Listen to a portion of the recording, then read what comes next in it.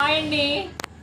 ఈరోజు ఒక మగ్గ వర్క్ బ్లౌజ్ చేయించాను. బ్లాక్ మీద రెడ్ కాంబినేషన్, వైట్ కాంబినేషన్ చాలా బాగుంటుంది కదా, అలా చేయించాం.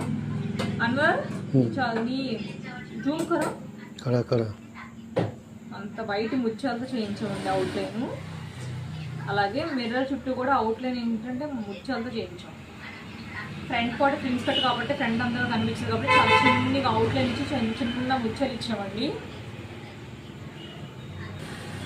అలాగే హ్యాండ్స్ 10 ఇంచెస్ ఇచ్చామండి. ఇచ్చి మిర్రర్స్ అన్ని లైన్లో వేస్తే బాగోదని ఇలా స్ట్రైట్గా వేయించానండి. వేయించి అవుట్లైన్ ఇలా ఇచ్చాను. ఇలాగా ఈ కోణం షేప్లో ఉన్న మిర్రర్స్ ఇచ్చానండి. దీనికి ఏంటంటే అవుట్లైన్ ఇచ్చాను జస్ట్ అంతే. అలాగే ఈ స్టైల్లో ఇచ్చామండి. కట్ వర్క్ స్టైల్లో ఇచ్చాను ఇది హ్యాండ్కి. అలాగే వీటికి ఏంటంటే బీడ్స్ అండి, బీడ్స్ పూసలతో ఇలా మగ్గంలోనే వర్క్ చేయించాను. విడిగా చేస్తే అంత లుక్ ఉండట్లేదు.